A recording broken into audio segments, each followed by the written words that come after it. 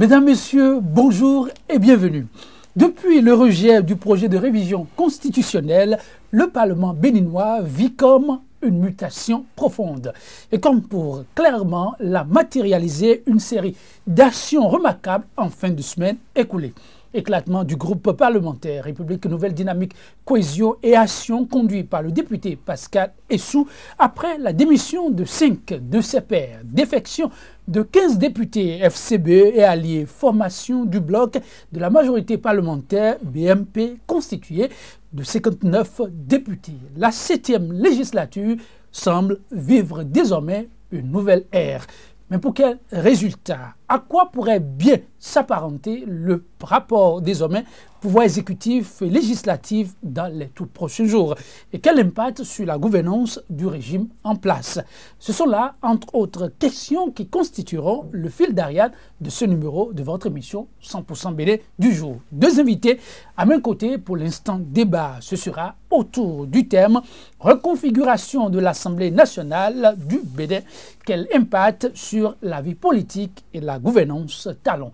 Sur ce plateau, un acteur politique et un spécialiste des questions de gouvernance politique. Auguste Videgla, professeur d'université, il est le président du parti RBNV, le Rassemblement des Béninois pour une nouvelle vision. Auguste Videgla, bonjour. Bonjour, cher Joël. Merci d'avoir répondu à notre invitation. Tout le plaisir pour moi. En face de lui, il a nom Francis Laleye. Consultant indépendant, il est expert en gouvernance. Francis Laleye, bonjour. Bonjour Joël. Merci pour la disponibilité renouvelée. Merci, il n'y a pas de quoi.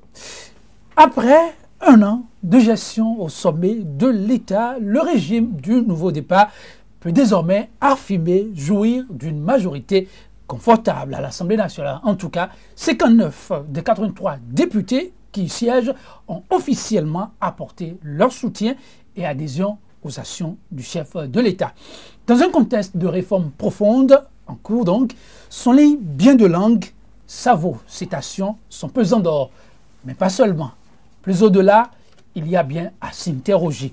Et c'est justement ce à quoi nous allons nous atteler, et je me retourne très rapidement vers Auguste Videgla, l'acteur politique et donc et soutien de première heure de Patrice Talon. Comment avez-vous accueilli cette nouvelle et quelle lecture en faites-vous ce ralliement? 59 des 83 députés désormais aux côtés de Patrice Talon.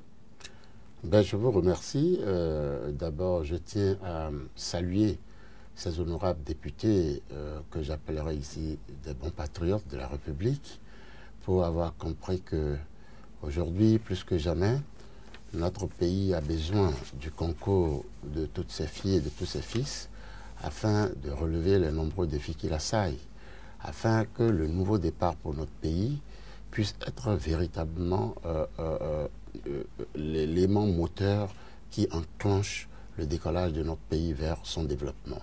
Mais avant ça, je tiens à dire que vous savez que le chef de l'État, depuis son accession à la magistrature suprême, a inscrit dans son programme, dans son agenda, le dialogue permanent avec les institutions de la République, avec les acteurs politiques, avec la société civile, etc.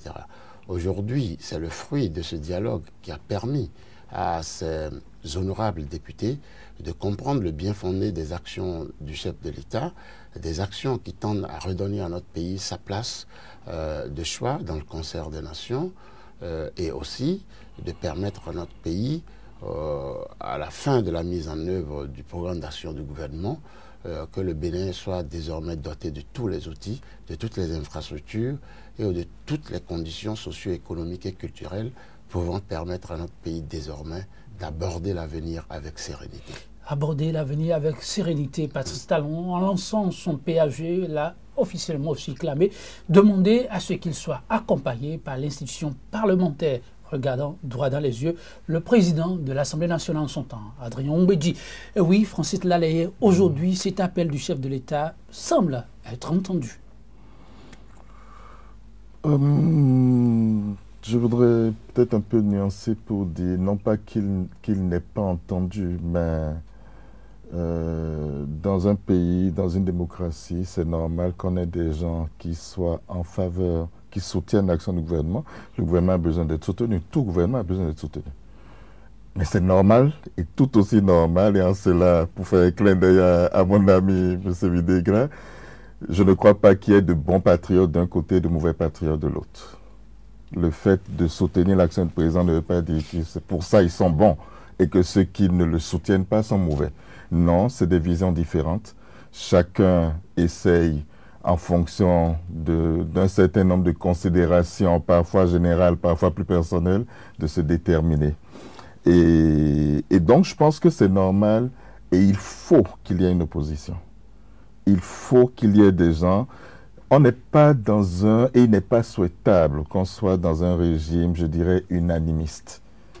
Il est bon que des gens aillent dans le sens du président de la République et il est tout aussi bon, tout aussi nécessaire que d'autres puissent dire non, nous pensons que sur tel point, il faut agir de telle autre façon, etc. Donc, en cela, je pense que c'est normal. Maintenant, sur la recomposition, en fait, les modifications qui interviennent dans la configuration politique du Parlement, je dirais que c'est une clarification qui aurait peut-être même dû avoir lieu plus tôt. Vous savez, on a gardé jusqu'à présent la même configuration politique, celle qui existait avant l'élection présidentielle, il y a un an, un peu plus d'un an maintenant. Or, cette configuration obéissait au système politique qu'il y avait avant. Elle obéissait à une majorité, il s'agissait d'une majorité présidentielle qui soutenait l'action du président Boniaï et d'une opposition. Donc, bien qu'on ait changé de président, la configuration est restée la même, même si les personnes soutenues ou les régimes soutenus n'étaient plus les mêmes. Et donc, en cela, il y avait une espèce d'anachronisme. C'est-à-dire qu'en réalité, la configuration du Parlement qui a existé jusqu'à il y a quelques jours était déjà dépassée. Bien entendu, ça n'empêchait pas les députés individuellement, en fonction de leur convergence d'idées ou d'intérêts, de se retrouver, pour soutenir, et quelques autres, on l'a vu, pour s'opposer. Mais le fait est que je considère maintenant que c'est une clarification. C'est-à-dire qu'on est en train maintenant, où on commence à avoir maintenant une configuration politique du Parlement qui ressemble au régime actuel. Alors que jusque-là, elle ressemblait encore, tout au moins dans la forme, c'est même pas qu'elle ressemblait, dans la forme, c'était exactement celle qu'il y avait précédemment. Donc, en cela, c'est une clarification, je considère que c'est une clarification, puisque il y a deux niveaux, ça c'est le premier niveau. Maintenant, à l'intérieur même des groupes, vous aviez, on le voit là, des groupes parlementaires, vous savez qu'il faut au moins 9 députés pour avoir un groupe parlementaire. Eh bien, dans les groupes parlementaires, on avait des gens qui faisaient des choses différentes, qui avaient des visions différentes, qui soutenaient des intérêts différents. Et c'est ça qu'on a vu avec le départ d'un certain nombre de parlementaires, surtout ceux qui ont voté contre, donc des parlementaires du groupe des 23, là, surtout, qui sont partis. Et du coup, des groupes se sont effondrés. Donc, on pouvait déjà, à ce moment-là, s'attendre à une reconfiguration. La question était de savoir est-ce qu'ils allaient se mettre en bloc, est-ce qu'ils allaient se mettre en plusieurs groupes parlementaires.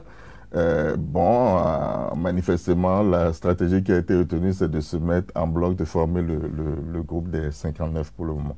Peut-être qu'on aura de petits groupes par la suite. Mais officiellement, pour porter la voix de ces 59, on avait eu l'ancien président de l'Assemblée nationale, Mathurin Kofi-Nago, qui, je cite, « Ce groupe a été constitué afin d'accompagner le président de la République dans sa volonté d'œuvrer inlassablement pour la mise en œuvre de la réussite du programme d'action du gouvernement et la réalisation efficace des principaux objectifs de démocratie, d'unité nationale et de développement. » Auguste Videgla, j'ai envie de vous demander en quoi la réussite du PAG passe-t-elle par la constitution d'un bloc comme celui-là?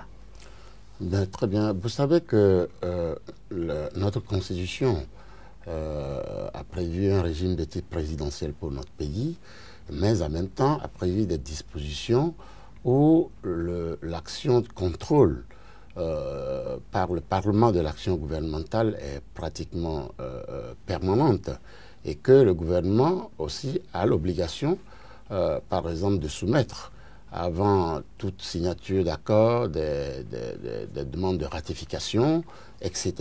Le PAG, c'est quand même un investissement de près de 10 000 milliards. de francs CFA, il faudra à chaque fois avoir à soumettre des projets du PAG à l'Assemblée nationale dans le cadre de la mise en œuvre d'un certain nombre de réformes intéressant nos concitoyens. Donc, d'une manière générale, le gouvernement, le président de la République a besoin de cette majorité pour travailler. Donc, sans cette majorité, il y aurait des difficultés dans la mise en œuvre du PAG, il y aurait des difficultés dans le déroulement du programme normal d'action du gouvernement. Donc, c'est pour cette raison que nous accueillons vraiment avec assez d'optimisme la constitution de ce bloc qui va vraiment permettre de faciliter les choses et que ce bloc puisse s'auto-saisir déjà de l'ensemble des programmes contenus dans le PAG pour éviter qu'à chaque fois, le gouvernement ne soit obligé de revenir à chaque fois pour expliquer, présenter des projets. Donc ce bloc est vraiment une très bonne chose pour la mise en œuvre du PAG. Voilà un peu notre point de vue pour le moment. Oui, Francis Laleye. Non, j'avais dit tout à l'heure que tout gouvernement, en tout cas dans le système constitutionnel qu'est le nôtre, tout gouvernement a besoin d'être soutenu. C'est clair, si un gouvernement a l'appui du Parlement, c'est beaucoup mieux pour lui. Ça lui évite beaucoup, ça lui permet de gagner du temps aussi. Ça lui permet de gagner du temps, ça lui permet de bénéficier d'un calendrier parlementaire plus favorable, surtout s'il a comment dire, un certain nombre d'acteurs du Parlement, d'acteurs institutionnels, je veux dire, du Parlement avec lui. Non, c'est sûr qu'il gagne beaucoup de temps. Et n'oubliez pas, rappel historique, rappelez-vous quand le président Yahi Boni a pris le pouvoir, vous vous rappelez à quelle allure, à quel rythme il avait commencé. Mais vous vous rappelez aussi que quand le G13 a été constitué, à l'époque, ça a été un grand coup. Pendant quasiment un an, il n'a pas pu faire autre chose que d'être obligé de négocier, de faire des négociations politiques. Alors qu'au départ, il était parti, c'était un peu le technocrate qui venait, qui ne voulait pas se mêler des histoires politiques. Vous vous rappelez, c'était en tout cas de cette façon que c'était présenté. Mais quand le G13 a été créé, ça a eu pour principal inconvénient pour le président de la République de le bloquer au niveau du Parlement. Parce qu'effectivement, le professeur Videglin l'a dit tout à l'heure, il a besoin du Parlement, il a besoin du Parlement pour faire passer ses textes, il a besoin... Vous savez, la Constitution n'a pas créé un système d'opposition des institutions. Indépendance ne veut pas dire opposition. Les institutions sont indépendantes et chacune est jalouse de son indépendance. Mais en même temps, la Constitution a créé des passerelles entre les institutions. Chaque institution, à un niveau ou à un autre, a besoin de l'autre ou des autres. Et donc, c'est cela qu'il faut arriver à faire. Maintenant, comme je vous ai dit, si un gouvernement a une majorité, mais c'est un atout, c'est un avantage pour lui. Au niveau des 59 députés, il faut constater qu'il y a la présence de 15 députés FCBE qui officiellement ont annoncé leur démission de leur parti de provenance.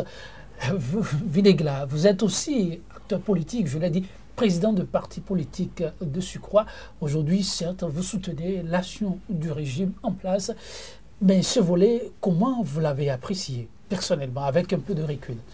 Bon, maintenant qu'avec une analyse un peu plus approfondie, ces députés qui ont agi en toute conscience n'ont pas tellement de tort, parce que vous savez, tout vient de notre système partisan qui, depuis les années 90, n'a pas pu trouver les marques nécessaires pour démarquer le système partisan et imposer des lignes idéologiques aux formations politiques. Si vous voyez l'ensemble de nos formations politiques ou même la configuration politique même du Parlement, vous n'avez pas des groupes qui mènent des idéologies assez précises pour qu'on sache que tel bloc est d'idéologie de gauche ou de droite, soit capitaliste ou socialiste ou centriste ou même peut-être anarcho-gauchiste. Donc nous avons une démarche plutôt d'un conglomérat de centristes dans la classe politique béninoise. On ne peut se démarquer ni de gauche, ni de droite, mais on est un peu de tout. Résultat, lorsqu'il y a un changement du régime, ou lorsque des configurations se présentent, qu'est-ce qui se passe? n'importe quel parlementaire peut être libre d'aller d'un camp vers l'autre sans toutefois se sentir tellement dérangé dans l'appréciation du programme de gouvernance politique du pays. Parce que n'ayant pas une ligne idéologique assez affirmée. Ça, c'est sur le plan de l'analyse du système partisan qui est le corollaire à ces situations que nous vivons d'une manière récurrente depuis le renouveau démocratique. Et c'est en cela que le chef de l'État, le président Patrice Talon, est visionnaire, a été visionnaire en proposant dans le projet de révision de la Constitution la refondation un peu de notre système partisan pour aboutir à des blocs homogènes qui défendent des idéologies, des types de gouvernance, des projets de société spécifiques. Ça permettra d'éviter à terme les basculements d'un camp vers un autre camp sans base d'homogénéité en termes de vision politique. Francis Lalayoui, voilà. Ça n'aurait pas été grande surprise pour bon nombre d'observateurs. Ce qui paraît, les signaux étaient déjà annoncés. Juste après l'annonce de ce bloc, il y a eu une conférence de presse qui a suivi où 15 députés FCBE ont officiellement signifié depuis l'Assemblée nationale que désormais ils ne font plus partie du groupe FCBE. Ils se reconnaissent plus en tant que leader de l'alliance politique FCBE. Oui, avant peut-être de répondre à cette question précise, je voudrais dire effectivement, c'est un constat qu'il n'y a pas de ligne. Et c'est aussi ça qu'on constate avec les mouvements en cours au niveau du Parlement. Il n'y a pas de ligne de démarcation idéologique. Il n'y en avait pas précédemment non plus. Oui, c'est peut-être lié au système partisan, mais je ne crois pas du tout. Je crois que les causes sont beaucoup plus complexes. Les causes sont beaucoup plus complexes et malheureusement, on ne va pas refaire le débat sur le projet de révision, mais malheureusement, ce que j'ai vu dans le projet de révision n'apportait aucune réponse à ce niveau-là. On a déjà eu... la réduction du nombre de partis politiques n'entraîne pas automatiquement le fait que chaque parti, une stabilisation, un des groupes, n'entraîne pas nécessairement des groupes homogènes. Ça a créé des blocs, mais toujours avec des... Vous savez, la droite ligne pour faire la refonte de la charte des partis politiques. D'abord la loi, ensuite la charte des partis politiques. Vous savez, notre charte des partis politiques date de 2001. Oui. 2001, ça fait pratiquement... Vous faites bien de parler de la charte des partis politiques, oui. Parce qu'on n'a pas besoin de toucher à la Constitution pour ça. Même tout ce que vous êtes en train de dire là, oui. C'est la charte des partis politiques. La Constitution elle-même renvoie à la charte des partis politiques pour tout ce qui concerne les partis politiques. Donc, on n'a pas besoin... en réalité, de toucher à la Constitution. Même la question du financement. Le financement existe. C'est simplement une question... Non, il est effectif. Mais il est ridicule, quelque part. C'est une question de volume.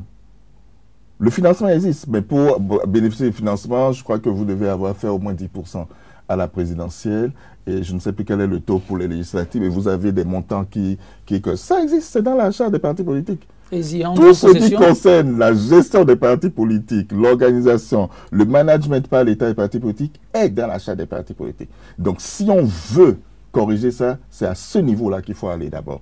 On peut, si l'on le souhaite, mettre des choses dans la Constitution, mais la Constitution n'est pas du tout un passage obligé pour corriger un certain nombre de choses au niveau de l'achat des partis politiques. Et dans le passé, on a eu dans ce pays, dans les années 60, 3 blocs. Une sorte de tripartisme. Le problème, c'est que ces blocs étaient simplement des blocs régionaux. Apiti, Maga, Romandegbe, vous vous rappelez? Tout à fait. Voilà. Donc, je crois qu'il faut faire attention pour que les intentions qu'on affiche puissent être réalisées par les mesures qu'on préconise. Pour le moment, en tout cas jusqu'à l'expérience récente, les mesures préconisées ne permettaient pas, mais alors pas du tout, de résoudre les problèmes qui étaient posés. Est-ce qu'on est parti pour longtemps dans cette façon de procéder? Il ne faut pas que j'oublie de répondre à votre question. C'est vrai que c'est un débat très intéressant. Vous l'avez ouvert, on va poursuivre un tout petit peu. Okay. Mais est-ce qu'on est parti pour longtemps à se chercher de cette façon-là? Je crois qu'il faut mener une réflexion sérieuse, plus approfondie, plus complexe. Il faut voir qu'est-ce qui motive les acteurs politiques aussi. qu'est-ce qui motive les acteurs politiques? Il faut voir quelle est la... Parce que d'un autre côté, je ne crois pas non plus que la solution, j'ai le dit au cours d'autres débats, hein, soit de dire, OK, on a la gauche, on a la droite, on a le centre. Enfin, on peut dire gauche, droite, centre si on veut. Parce qu'au fond, d'un point de vue logique, dans la vie, on a toujours quelque chose qui est plutôt à droite, plutôt à gauche, et quelque chose qui n'est ni à droite ni à gauche, qu'on qualifie de centriste. Oui. Ouais. Sans que ça corresponde nécessairement à des bases idéologiques. Donc, même si on a ça ici, je ne suis pas sûr que ça soit très pertinent dans notre contexte de dire on a des capitalistes ici ou des libéraux, on a des socialistes ici et puis on a des centristes au milieu. D'autant plus que vous voyez que même dans les pays où ça existe, où ça a existé, vous voyez que tout est en train d'être remis en cause. Aujourd'hui, qu'est-ce qui est vraiment... Fondamentalement, excusez-moi de vous interrompre un peu, pas fondamentalement. En fait, l'idéologie est une vision politique.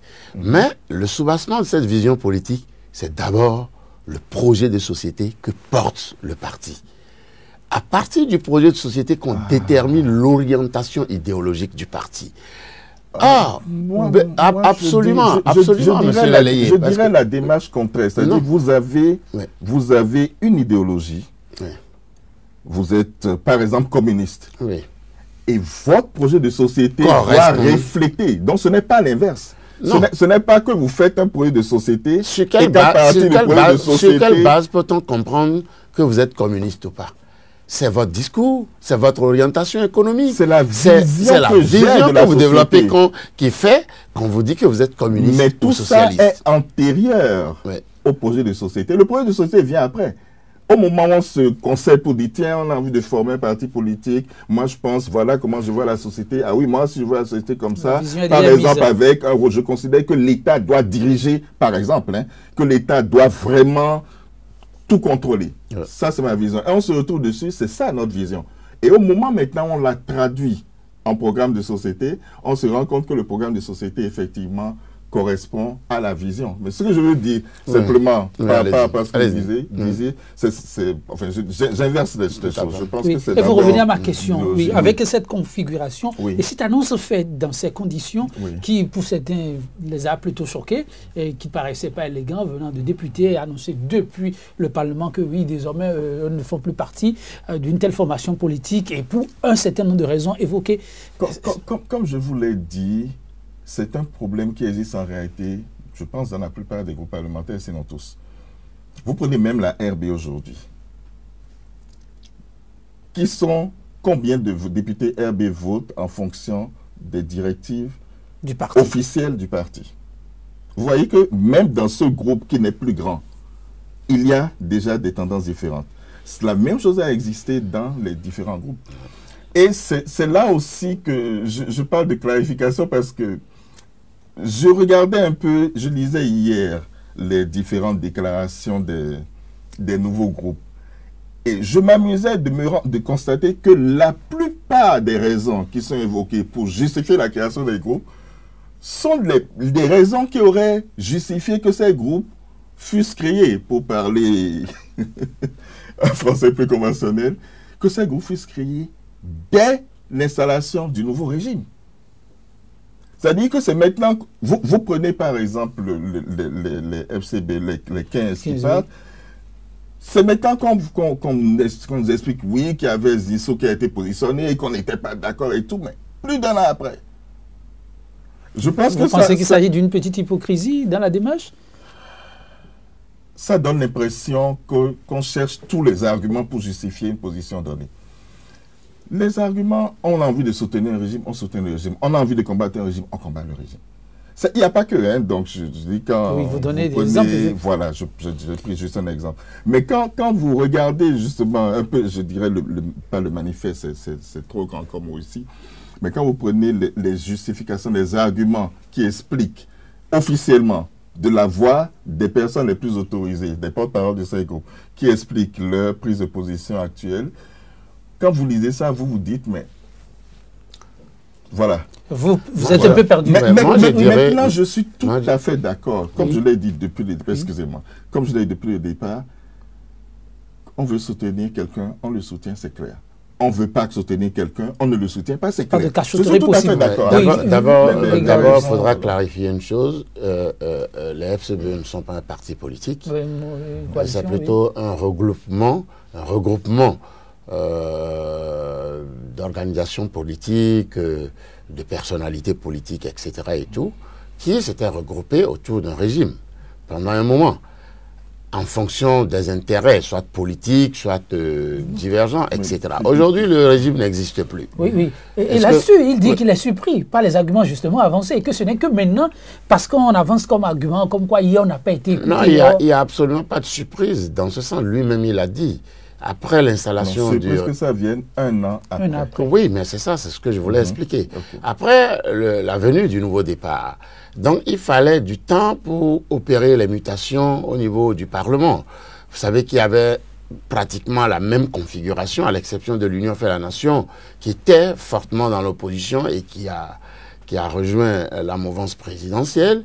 Donc, il fallait du temps pour recomposer les groupes parlementaires. Il fallait du temps aussi aux parlementaires, aux honorables députés, de voir s'ils retrouvent leur marque dans le nouveau programme du chef de l'État. Vous savez que durant d'avril à décembre, le gouvernement passait le temps à monter l'architecture qui va désormais orienter notre pays vers le futur. C'est en décembre seulement que le PAG a été voté. Après le vote du PAG, il a fallu quand même un moment avant que les uns et les autres ne puissent s'approprier, ne serait-ce que partiellement, ou d'une manière linéaire, le contenu du PAG pour voir si leurs intérêts politiques se retrouvaient à l'intérieur du programme d'action du gouvernement. Donc aujourd'hui, la démarcation entre ceux qui sont restés, qui veulent faire l'opposition, et le bloc de la majorité parlementaire, c'est que ce bloc se retrouve pleinement dans le programme d'action de l'actuel gouvernement, dans le cadre du programme d'action du gouvernement qui a été officiellement porté à la connaissance de tous les acteurs politiques et sociaux de notre pays. Je dirais que vous êtes très gentil dans votre interprétation. C'est l'interprétation la plus favorable. Oui, d'accord. Vous savez très bien que nous sommes dans un système essentiellement clientéliste. Et je pense que le temps, c'était le temps politique. Vous avez dit une chose, qu'il fallait du temps pour apprécier, se repositionner. Je ne pense pas que ce soit par rapport au PAG. C'est plutôt par rapport à ce qu'on peut espérer d'intérêt politique par rapport au... Je suis beaucoup plus au fait des choses en étant politique dans le milieu. Ce ne sont pas forcément des intérêts. Vous savez, partout au monde, dans les la politique est faite d'intérêt. C'est un jeu d'intérêt, soit en faveur de sa communauté, en faveur de son orientation politique, en faveur de son bloc politique. Il y a toujours ce mot d'intérêt qui est souvent déformé par abus, moi je dirais, parce que ce n'est pas fondamentalement ce à quoi on pense. L'orientation des parlementaires peut être fonction, fondamentalement, d'en face, qu'est-ce que le régime propose? Quel est le type de politique, de gouvernance politique que le régime développe? Voilà autant d'éléments d'appréciation que les parlementaires, les 59, ont apprécié et ont décidé de rejoindre en bloc le gouvernement. Les 15 qui ont démissionné des FCBE ne se retrouvaient plus. Comme j'ai lu un des parlementaires, l'un des 15, qui disait que, en paraphrasant, que lorsque votre chien meurt, vous n'allez pas l'accompagner dans le tombeau. L'ancien régime est parti. Aujourd'hui, il y a une nouvelle politique. Si je me retrouve dans cette politique, pourquoi continuer à dormir sur des chrysanthèmes? Ça ne sert plus à rien. Il faudrait accompagner, surtout que nous sommes aujourd'hui dans le nouveau départ qui est un régime de transition. Alors, pour poser les bases du développement socio-économique, politique et culturel de notre pays. Il est extrêmement important. Il est extrêmement important que l'ensemble de nos concitoyennes et concitoyens, pas seulement les parlementaires, pas seulement le bloc des 59, mais qu'il y ait une large adhésion populaire, je dirais, à l'action du chef de l'État, à l'action du gouvernement, parce que nous en avons besoin pour rassurer nos partenaires, pour rassurer les investisseurs internationaux. Vous n'avez pas peur que ces investisseurs s'interrogent à avoir un trop grand nombre de personnes regarder dans la même direction? Il n'y a pas d'interrogation dans ce genre. Non, non, non. Vous savez, les indicateurs de la performance économique viennent d'abord des indicateurs de paix, de cohésion sociale. C'est ça même la base même de la politique. Oui, Francis Lallet, vous voulez rapidement dire, avant que je lance vous deux sur un autre aspect de la question. Adhésion populaire, encore une fois, un gouvernement a besoin d'être soutenu. S'il fait bien et qu'il sait communiquer. Et jusqu'à présent, nous faisons bien, non? Avec ses populations. Nous faisons bien. Je ne voudrais pas qu'on rentre dans un autre débat, parce que si on rentre dans ce débat, je pourrais parler de ce que j'estime bien, à mon humble avis, et de ce que j'estime pas bien. C'est important pour nous. Voilà. Donc, vous permettez qu'on ouvre au moins cette parenthèse, s'il vous plaît, monsieur le journaliste. Il est important pour nous. Qui poursuit d'abord, je reviens là-dessus. Il n'y a pas que ce soit à votre avantage. Vous insistez pour qu'on en parle. Non. Oui, allez-y. Non, mais ce que je veux dire, ce qui m'embête, c'est que je ne le dis pas pour vous. Il n'y a pas de souci. Mais dans la bouche d'un certain nombre de gens, soutient, rime ou donne l'impression de rimer avec unanimisme. Vous trouvez que c'est dangereux? Mais c'est dangereux. On est en démocratie. On ne peut pas tous parler le même langage. On ne peut pas tous, même au sein d'une famille, on ne peut pas tous parler le même langage. C'est normal. Maintenant, on dit de la discussion, j'avais la lumière. On écoute ceux qui ne sont pas de notre avis. On s'écoute parler, on s'écoute, on discute, et puis on finit par s'entendre. À ce moment-là, oui, tout le monde adhère, et puis ça avance. Mais c'est normal. Ce que je veux dire, les gens qui ne sont pas pour le régime ne sont pas des traîtres à la nation. Ce n'est pas des antipatriotes. Non, je ne dis pas pour vous. Je vous connais quand même.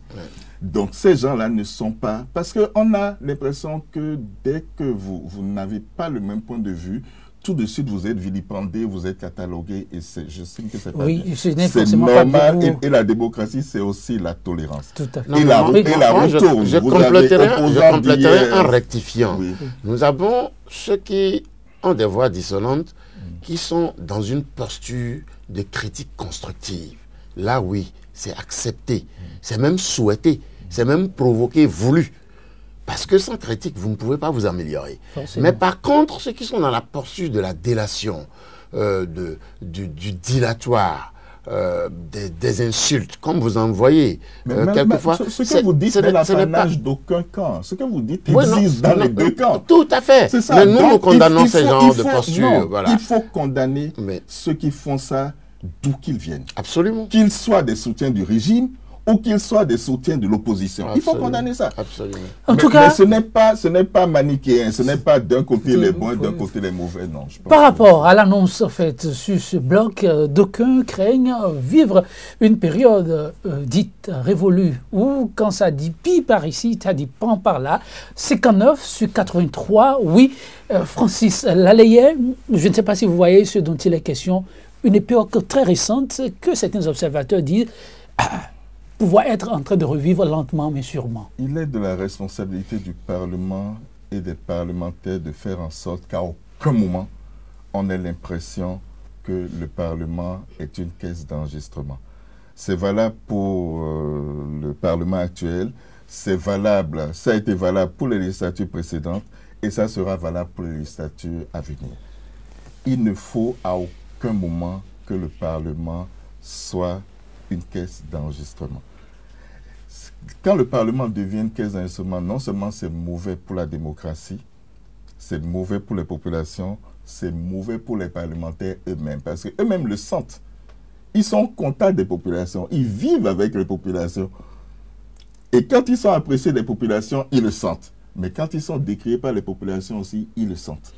Oui, Augustin. Oui, non, moi je pense que ce n'est ni plus ni moins que la marche normale de la démocratie, parce que tout régime, que ce soit aux États-Unis, qui est la première grande démocratie, la France, etc., et tout régime se bat pour obtenir une super majorité absolue.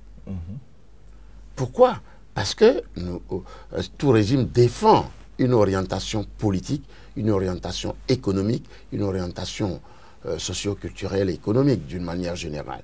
Alors aujourd'hui, nous souhaitons même que parmi les restes, que nous ayons encore au moins une dizaine qui rejoignent les 59 pour former un bloc de 69. Ce serait l'idéal pour nous, pour mener les réformes, des réformes courageuses que vous voyez, pour relancer notre économie, pour transformer le tissu social de notre pays, hein, etc., etc. Donc, vous voyez, il est important, ce que vous dites par rapport à un passé récent, les gens disent que c'est parce que notre peuple manque encore un peu de formation politique. Le peuple. Le peuple. Donc, parce que, la faute est imputable au peuple. Non, la faute n'est pas imputable au peuple, c'est imputable aux formations politiques. C'est ce que j'ai dit. Les formations politiques doivent former les partisans, doivent former les militants à comprendre, à mieux comprendre les choses. Et moi, en cela, les partenaires de la gouvernance politique de Bénin, dont M. Lalaye, un des experts, doivent quand même s'investir dans la création de forums, de formation, d'élévation du niveau politique de nos concitoyens. Parce que la perception, souvent, quand il y a des débats, vous voyez que c'est ce que vous venez de matérialiser tout à l'heure en disant que pipan, non, ce n'est pas du pipan. Partout au monde, c'est comme ça que se déroule le jeu politique. La gouvernance politique veut que lorsque vous êtes au pouvoir, vous ayez une majorité la plus écrasante possible pour mener... que le Béninois a vécu, parce que ce dont on parle là, c'était, je ne sais pas si vous vous rappelez exactement comment ça s'est passé, c'était comme trop demander au peuple ce que les Béninois ont vécu. Je ne vais pas tout décrire ici, le temps joue contre nous. C'est un peu contre cela que certains observateurs... Quels enregistrements. Voilà, c'est de ça que je suis en train de parler. Ce n'était pas du pipan. Vous trouvez que c'est tout à fait normal. Ce n'était pas mauvais avant, ce n'est pas mauvais aujourd'hui, ce ne sera pas mauvais demain, ce sera toujours ainsi. Même chez vous à la maison, je vous donne un exemple. Vous avez 10 enfants. Les 10 ne seront pas toujours pour vous, surtout quand ils grandissent un peu dans vos prises de décision. Mais chaque fois, vous allez vous battre, négocier pour que lorsque vous prenez une décision, que ce soit la majorité... C'est pareil. Même votre épouse ne sera pas toujours d'accord avec vous surtout, mais vous négocierez toujours pour que votre épouse soit de votre côté pour pouvoir mieux gérer votre maison. Parce que si vous arrivez, vous avez 10 enfants, plus votre épouse avait 11 enfants, et que les 9 sont contre vous, vous pourrez encore rester dans votre domicile. Que dites-vous? Vous permettez que je pose... Il y a une nuance. Oui, allez-y. Je crois que c'est ça ce que je percevais dans votre crainte. Quand on parlait de pipan. La nuance est celle-ci. Soutenir un gouvernement qui a une majorité qui l'accompagne, c'est normal, je l'ai dit. Mais que la majorité soit capable de dire non au gouvernement. Absolument. C'est ça la chose. Mais quand vous dites les grandes démocraties, c'est ça. Que la majorité, on a vu Trump à la majorité, Trump à la majorité au Parlement, vous avez vu ce qui est arrivé pour l'Obamacare et d'autres mesures qu'il a voulu prendre à un moment donné. C'est ça. C'est-à-dire que bien que ce soit la majorité, parce que la crainte des populations, c'est quoi? C'est qu'une grande majorité ait tendance à valider tout ce qui vient du pouvoir, indépendamment des intérêts des populations. Non, je ne pense qu'aucun parlementaire, en tout cas à mon avis, dans l'histoire du Bénin, nous avons toujours eu des parlementaires valeureux, en tout cas la majorité des parlementaires sont des gens valeureux qui ont conscience de la mission que les populations leur ont confiée et qui ne vont pas se permettre de valider les choses. C'est une lecture un peu biaisée des choses.